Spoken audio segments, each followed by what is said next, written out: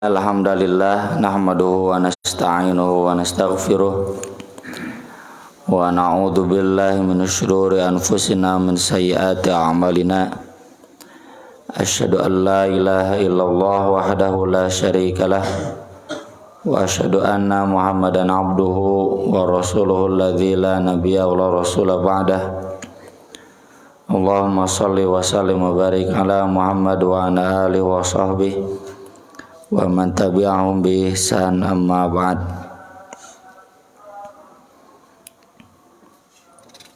Tema yang akan kita bahas ini keutamaan tentang Ahlul Bait.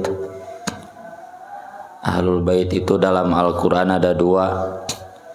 Satu, keluarga Nabi Ibrahim, rahmatullahi alaikum wa barakatuh ahlal bait innahu hamidum majid, di surat Hud.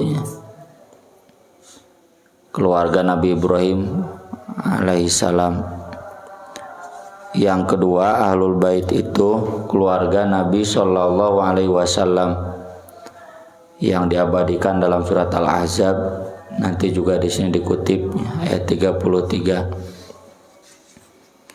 menunjukkan ini istilah khusus ya. Meski ahlul bait itu artinya penghuni rumah, tapi bukan berarti maknanya luas. Ahlul bait khusus karena dua keluarga ini memiliki keistimewaan yang tidak dimiliki oleh yang lainnya, yaitu anak cucunya ya, mayoritas orang-orang yang melanjutkan perjuangan ayah dan kakeknya, Nabi Ibrahim, Nabi Ismail, Nabi Ishak, Nabi Yakub, Nabi Yusuf.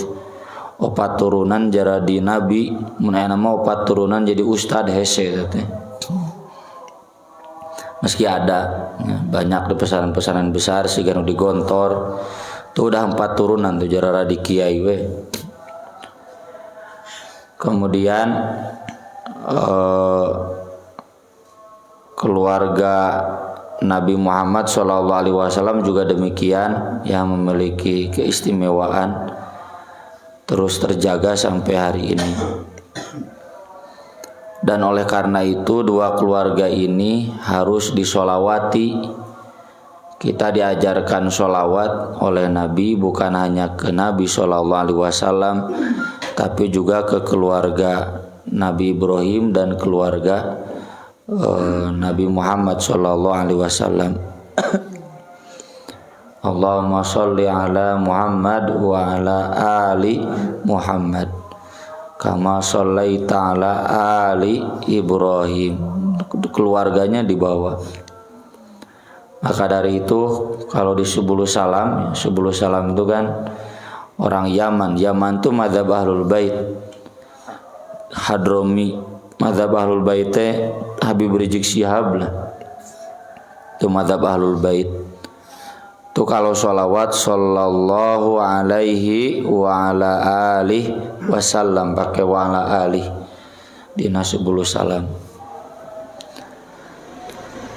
Kenapa keluarga Nabi sallallahu alaihi wasallam ada keistimewaan? Ya karena memang Nabi sallallahu alaihi wasallam mengistimewakannya. Tapi tentu bukan berarti sampai mengkultuskan. Kita menghormati keluarga Nabi, dan keluarga Nabi sampai sekarang terjaga, sama seperti terjaganya silsilah keluarga Ibrahim.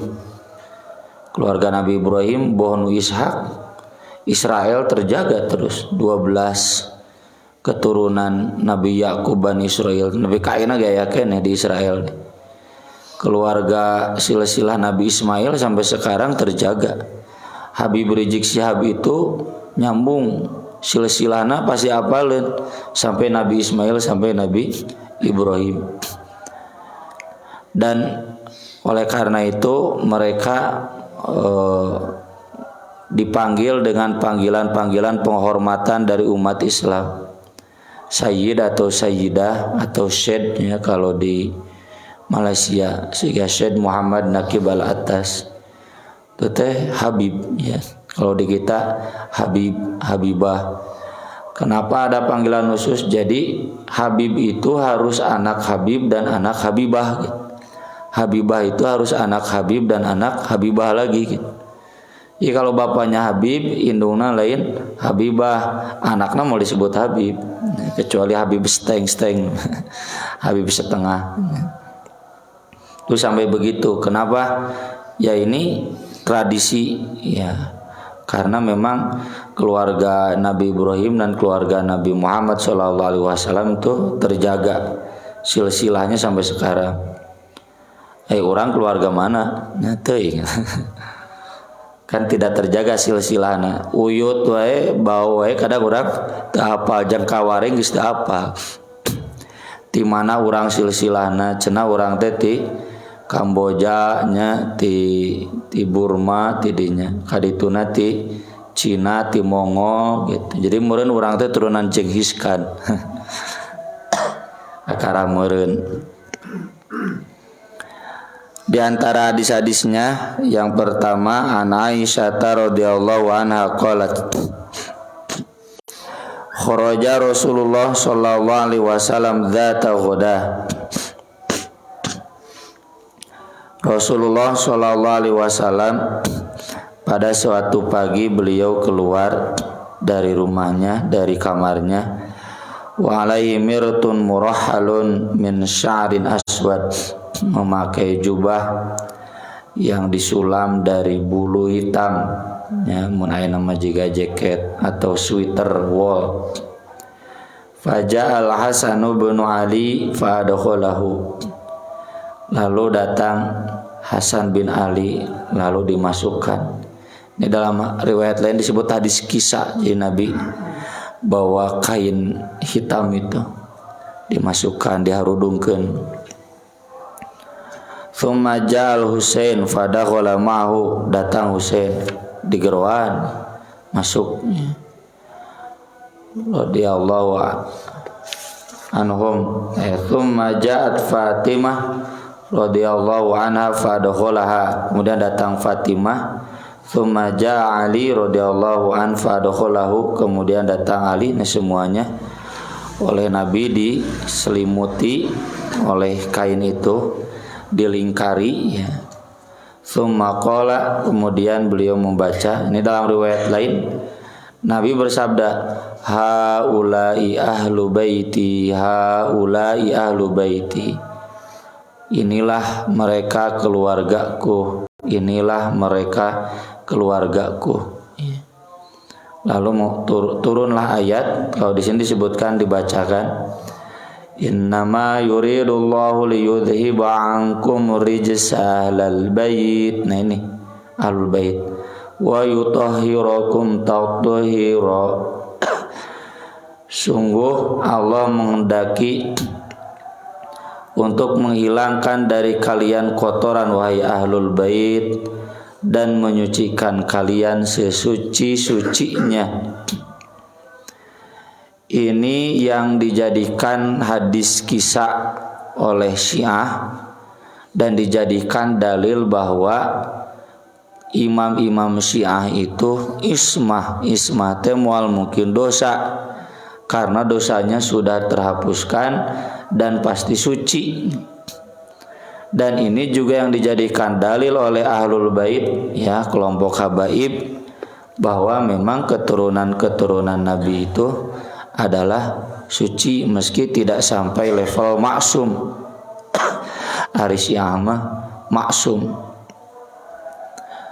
Maka jawaban kita yang pertama, betul ya bahwa ayat ini ditujukan kepada Ali, Fatimah, Hasan, Husain, dan kemudian keturunan mereka pun itu termasuk ahlul bait. Sampai sekarang terjaga silsilahnya dari Fatimah, karena dari Zainab, dari yang lainnya, dari Ummu Kulsum kan tidak ada ya, dari Ruqayyah, yang ada Fatimah. Tapi ayat tentang ahlul bait ini sebagai nanti dibacakan di hadis berikutnya, bukan membatasi ahlul bait hanya ke keturunan Fatimah. semua keluarga Nabi, ya, Aisyah, Ummu Salamah, Sofiyah, Juwairiyah, semua istri Nabi itu sebagai ahlul bait. Cuma memang keturunan yang terjaga sampai hari ini adalah keturunan dari Fatimah. Maksud saya, orang Syiah itu kan di satu sisi mengangkat Fatimah, tapi di sisi lain ngagejretkeun Aisyah dan Hafsah, bahkan melaknat mereka di dalam sholatnya. Padahal Aisyah, Hafsah pun termasuk ahlul bait. Hadis ini di riwayat lain turunnya disebutkan di rumah Ummu Salamah. Ya, Nabi keluar dari rumahnya menuju Ummu Salamah, lalu memanggil, datang Hasan Husain dipanggil sekalian yang bapaknya ibuna. Dan Ummu Salamah kemudian usul, kenapa saya nggak dibawa, saya boleh ikut enggak? Kata Nabi, innaki ala khairin, kamu sudah jelas ada dalam kebaikan. Ya, kalau kita baca ayat surat Al-Ahzab ini, ya, awal juz 22 akhir juz 21, ini memang ditujukan kepada istri-istri Nabi. Cuma ada pergeseran domir di ayat 33. Domirnya itu liyudhiba ankum. Ya, itu awal domir hunna, ya, hunna itu berarti domir buat ibu-ibu. Tapi ke akhirnya di ayat terakhir kemudian ada angkum, ada domir mudzakkar. Berarti ada laki-lakinya, berarti tidak sebatas istri-istri Nabi, siapa saja. Maka Nabi di sini menjelaskan yang termasuk ahlul bait itu menantu, cucu, semua yang laki-laki itu juga termasuk ahlul bait. Kalau kita baca ya dari akhir juz 21. Ya ayyuhan nabi qul li azwajik, tuh jelas istri Nabi. In kuntunna turidna hayatad dunya wa zinataha fata'alaina ummati'kunna wa usarrihkunna sarahan jamila. Domirnya semua antunna, ya, domir ibu-ibu. Terus kesananya ya nisa'an nabi mayyati minkunna bi fahishatin mubayyinah yudha'af lahal 'adzabu dhi'fain wa kana dzalika 'ala Allah yasir. Jelas kan? Ya nisa'an nabi. Terus di ayat berikutnya, ya nisa'an nabi lastunna ka'adim minan nisa ini taqaitun fala takhda'na bil qawli fayatma'a alladhi fi qalbi marad. Kesananya terus domir hunna wa qarna fi buyutikunna, tuh, wala tabarrajna tabarrujal jahiliyatil waqimna shalawatina zakah wa ati'na Allah wa rasulah, tuh semuanya ati'na akimna. Tapi kemudian innama yuridullahu liyudhiba ankum, nah, angkum robah domir tinuhunna antuna, karena antum berarti kena juga ke laki-lakinya. Nah, Nabi hendak menjelaskan hari istri Nabi magis bugu, ya, makanya tadi kata Nabi ke Ummu Salamah, udah kamu mau ada dalam kebaikan jelas. Tapi nah ini ditambahan menantunya, cucunya yang laki-laki juga termasuk ahlul bait, termasuk anak perempuannya. Jadi bukan hanya istri Nabi saja.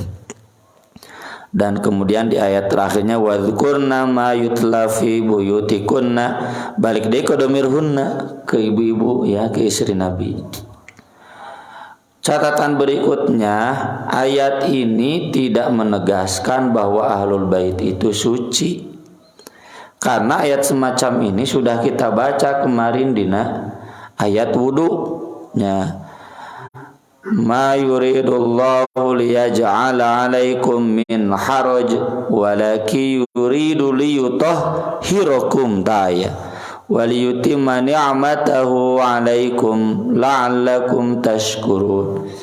Jadi syariat wudu itu, syariat wudu, mandi junub dan tayamum itu kan paket Al-Maidah 6 diturunkan oleh Allah bukan untuk menyusahkan, tapi untuk menyucikan kalian. Kalau ayat ini dipahami bahwa ahlul bait itu suci, berarti kabeh oge suci. Dan memang anu najis mah orang musyrik wungkul. Innamal musyrikuna najasun fala yaqrabul masjidal haram ba'da amihim hadza. Jadi suci di sini jangan dipahami suci maksum. Jadi bahwa keluarga Nabi itu suci, ya betul, orang ya suci. Ya, sok wudu, sok tayamum. Jadi itu beberapa catatan bahwa memang keluarga Nabi di sini diistimewakan oleh Nabi. Saya dulu tanya Ustaz Rahmat Najib, Ustaz, kumanya cete orang memahami hadis-hadis Ahlul Bait. Teu jauh beda cenah. Kiai ajengan memeh maot mi HP anak pemajikan gitu. Jadi sesuatu yang manusiawi kan. Seseorang kalau mau meninggal pasti menitipkan keluarganya. Itu sesuatu yang manusiawi dan tidak kemudian menjadi dalih yang berlebihan. Bahwa mereka keluarga Nabi dan mereka disolawati, mereka juga kekasih Nabi yang Nabi sayangi, iya. Ya kieu ya tuh. Kalau kita mau hormat ke seorang ustaz, bila ku teu nyaah ka budakna, pan pasti nyaah ka budakna. Ya. Nyari budakna baung macarek ya. Jadi kalau kita hormat ke seorang kiai kan kita hormat ke istrinya, ke anaknya, bahkan ke cucunya. Ini di pesantren banyak anak ustadznya, cucu kiai almarhum ya. Kita hormat dan hormatnya karena ada kehubungan. Ustaz tahu kan berarti pilih kasih. Anger we nya anak ustad almarhum nu orang logam kaborangan mah dihukum we. Seberapa kali? Perpustakaan gitu. Tapi tidak mengurangi hormat kita kepada beliau, mengingat jasa orang tuanya, jasa kakeknya gitu. Itu aja sesuatu yang tidak kemudian jadi dalil ismah. Wah, cenah ya suci, moal mungkin salah. Itu terlalu lebay ya kata anak-anak sekarang. Kemudian hadis berikutnya dari Yazid bin Hayyan. Qala intalaqtu ana wa Husain bin Sabrah wa Umar bin Muslim ila Zaid bin Arqam. Saya Husain bin Sabrah, Umar bin Muslim pergi menemui Zaid bin Arqam.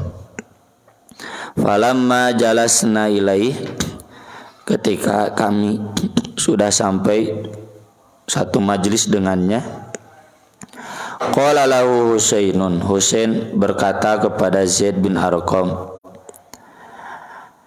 Zaid bin Arqam ini anaknya Arqam. Arqam ini yang rumahnya dulu dijadikan base camp dakwah Nabi, karena nggak mungkin di Masjidil Haram. Disiksa wae pa Nabi di Masjidil Haram, salat wae ditindihan ku kadut ya, ara'aital ladzi yanha abdan idza sholat. Makanya base campnya itu ngarajina gitu. Rapat nate di rumah Arqam, matak disebut ya Darul Arqam. Lain organisasi sesat di Malaysia lain. Ini anaknya Zaid bin Arqam. Laqad laqita ya Zaid khairan katsiran. Wahai Zaid, kayaknya orang Arab banyak. Jadi wahai ustad, bapak untuk itu sebutnya ngaran langsung. Bapak-bapak, ibu-ibu lamun umroh tong loba nyeri hati kasih Arab mah. Ngaliwat teu punten-punten acan terengkuh. Nyebut bapak, muraman bapak, ibu gitu. Nyebut ngaran we langsung. Hei Zaid, Anda sudah menemukan kebaikan yang banyak. Ra'aita Rasulullah sallallahu alaihi wasallam. Anda pernah melihat Rasulullah. Kami mah cenah henteu. Karena kami tabi'in. Jadi Nabi wafat mereka baru lahir. Wa sami'ta haditsahu. Anda juga pernah mendengar hadisnya. Wa ghazawta ma'ahu. Anda juga pernah berperang bersamanya. Wa shallaita khalfahu. Anda juga pernah sholat di belakangnya. Nih, jadi harus jadi syukur ya kalau kita dekat dengan orang-orang soleh, dengan Nabi dan pewaris para Nabi. Ya, pewaris para Nabi kan sekarang ulama. Jadi kalau ada ulama, makanya zaman dulu mulazamah. ya, jika video atau foto Gus Baha di Makkah jeung Mbah Mun ngaji we di Masjidil Haram teu ngariung jeung Mbah Mun gitu. Urang mah ya Syekh ngaji di Masjidil Haram Masjid Nabawi ge teu ngarariung. Ngaji heula teu kaharti. Ada bahasa Arab. Teu ngarariung, nu ngariung teh orang Arab we unggul jeung nu ngalarti. Tuh nikmat yang besar ya kita bertemu dengan Rasulullah. Kalau sekarang konteksnya dengan para pewaris Nabi, para ulama, mendengar hadisnya, hidup bersamanya, sholat berjamaah dengan mereka. Laqad laqita ya Zaid khairan katsira. Kamu wahai Zaid, wah sudah merasakan nikmat yang banyak. Ini maksud saya jadi teringat ya, ada orang tua santri ya, tuh selalu disetrap anaknya, lalu minta dispensasi ke saya. Rumahnya di kompleknya cenah di portal, di gerbang, nggak bisa keluar kecuali 5:30, jadi nggak bisa ke masjid. Gimana usah pindah atuh dadai kanannya, tinggal di rumah yang jauh dari masjid. Piraku hirup teu pernah sholat berjamaah ke masjid. Piraku hidup nggak pernah ikut bermajelis taklim. Memang ayeuna majelis taklim bisa online, tapi kan ya tetap we hadis-hadis tentang keutamaan majelis taklim adalah hadir di masjid, di majelisnya. Nyu teu bisa mah teu nanaon. Ayeuna teu maksakeun mah tidak termasuk. Pindah tuh kan kata Nabi, al-jar qoblad dar. Perhatikan tetangga sebelum memilih rumahnya. Kita harus milih menjauh di masjid, pindah deket ke masjid, dong ngajauhan. Masih banyak cara. Haditsna ya Zaid, ma sami'ata min Rasulillah sallallahu alaihi wasallam. Wahai Zaid, ya, mun urang mah meureun paajengan Pak Kiai. Orang Arab masih kan teu sopan. Sampaikan kepada kami hadis yang pernah Anda dengar dari Rasulullah sallallahu alaihi wasallam. Qala ya ibn akhi, ya anak dulur kuring ya, anak saudaraku. Maksudnya saudara seagama. Wallahi demi Allah, laqad kabirat sinni, usiaku sudah tua. Wa qadum ahdi, masa hidupku sudah lewat jauh. Wah, tacana zaman dulu. Wa nasitu ba'dal ladzi kuntu a'i min Rasulillah sallallahu alaihi wasallam.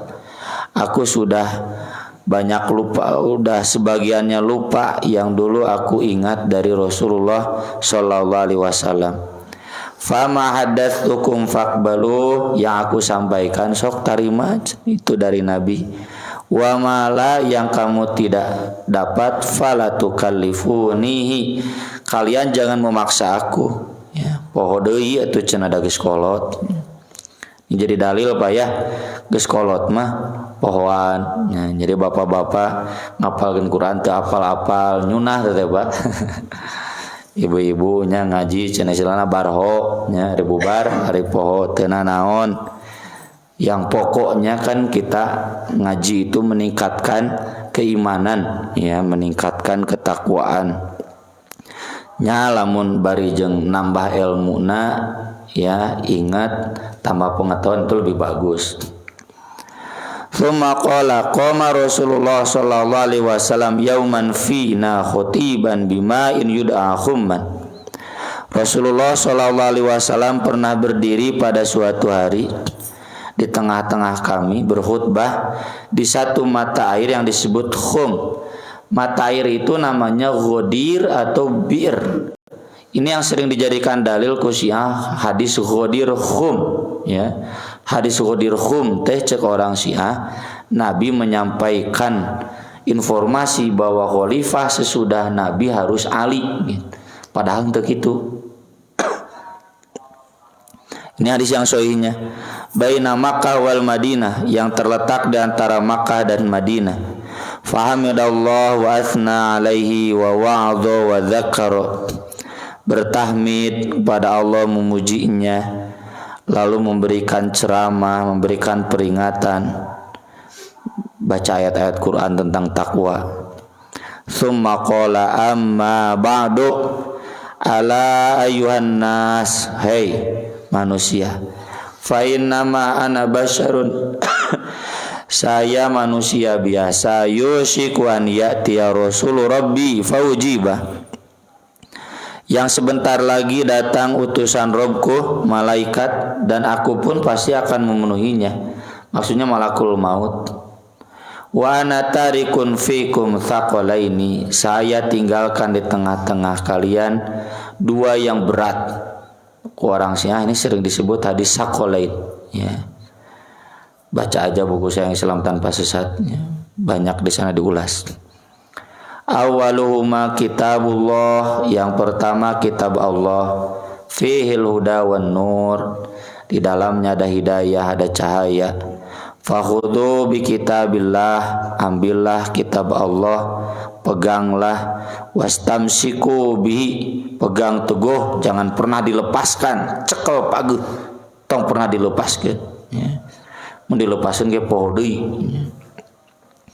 Fahasa ala kitabillah wa raghaba fi, beliau menganjurkan banyak tentang kitab Allah, memberikan semangat kepada kami terhadap kitab Allah. Pan loba nu poho teh nya pokona mah cenah panjang nyeramah tentang Quran mun poho deui, ya ingatnya saja.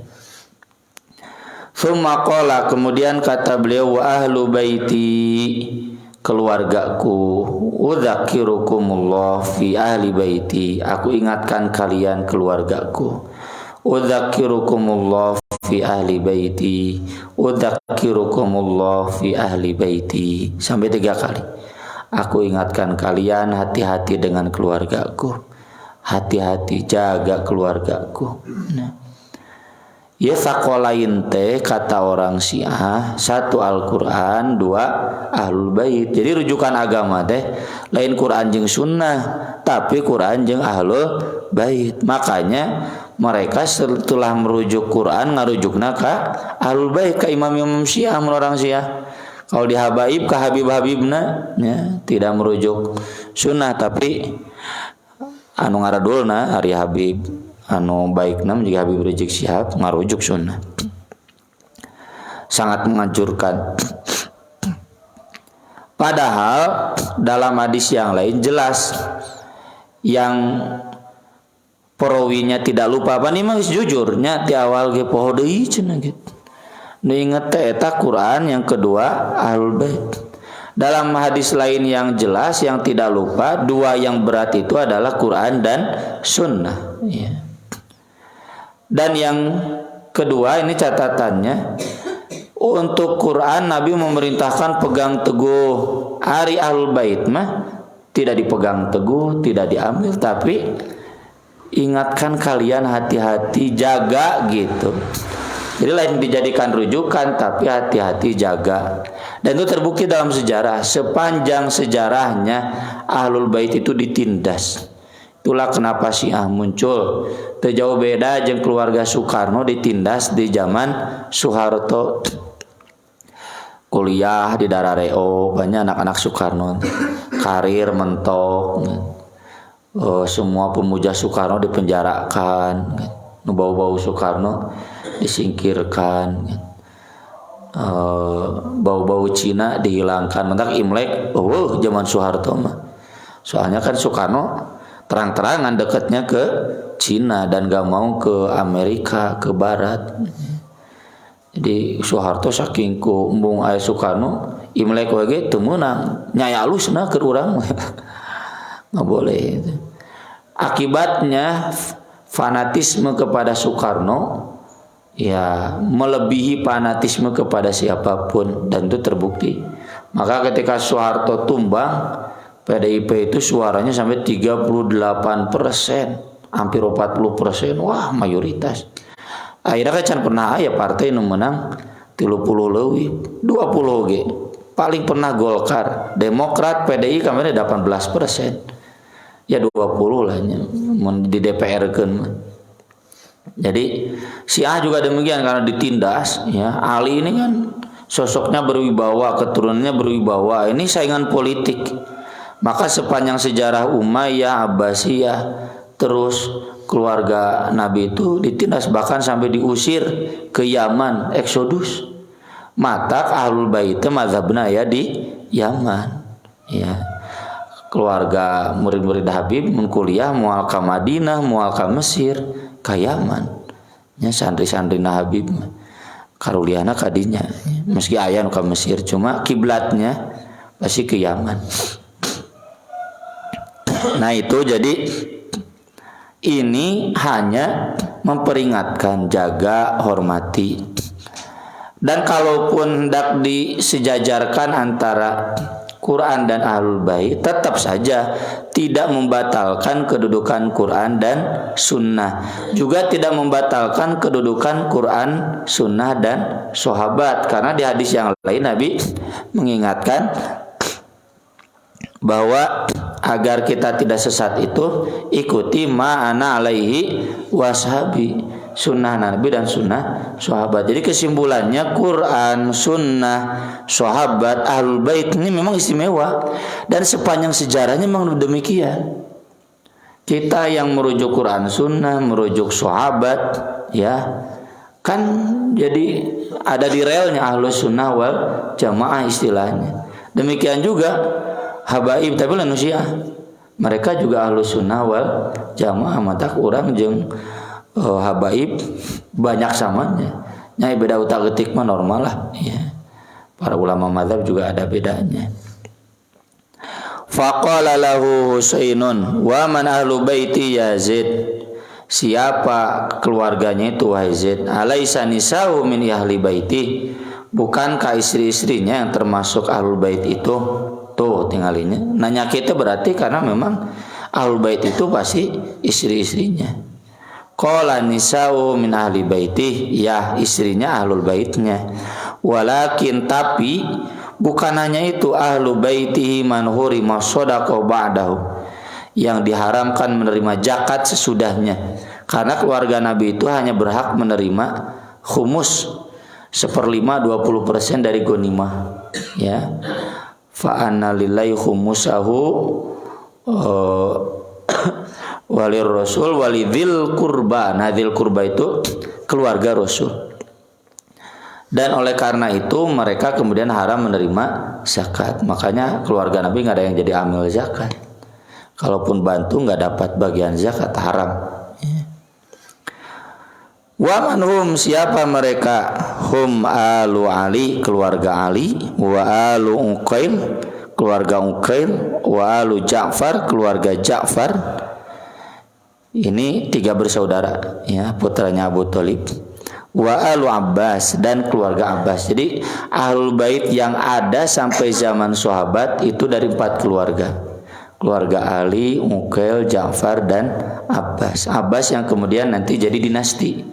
Dinasti Abbasiyah itu semuanya keturunan dari Abbas ibnu Abbas dan memerintah paling lama di dunia Islam. Kalau keluarga Ali, Uqail dan Ja'far, yang tersisa yang kita tahu hanya keluarga Ali, Uqail, Ja'far walau alam. Keluarga Abbas seiring hancurnya dinasti Abbasiyah walau alam. Ya, kita sebagai pembaca sejarah tidak menemukannya, jadi udah hilang weh. Atau mungkin masih ada cuma kita nggak tahu. Nah jika turunan Pajajaran cenanya nepikeun ka ayeuna teh aya kenehnya keturunan lobaban nya kerajaan teh di Cirebon aya keneh, mungkin masih ada cuma kita nggak tahu. Aku qouli hadza wa astaghfirullah li wa lakum, subhanakallahumma bihamdik asyhadu an la ilaha illa anta astaghfiruka wa atubu ilaik. Wassalatu wassalamu ala Rasulillah. Wassalamualaikum warahmatullahi wabarakatuh.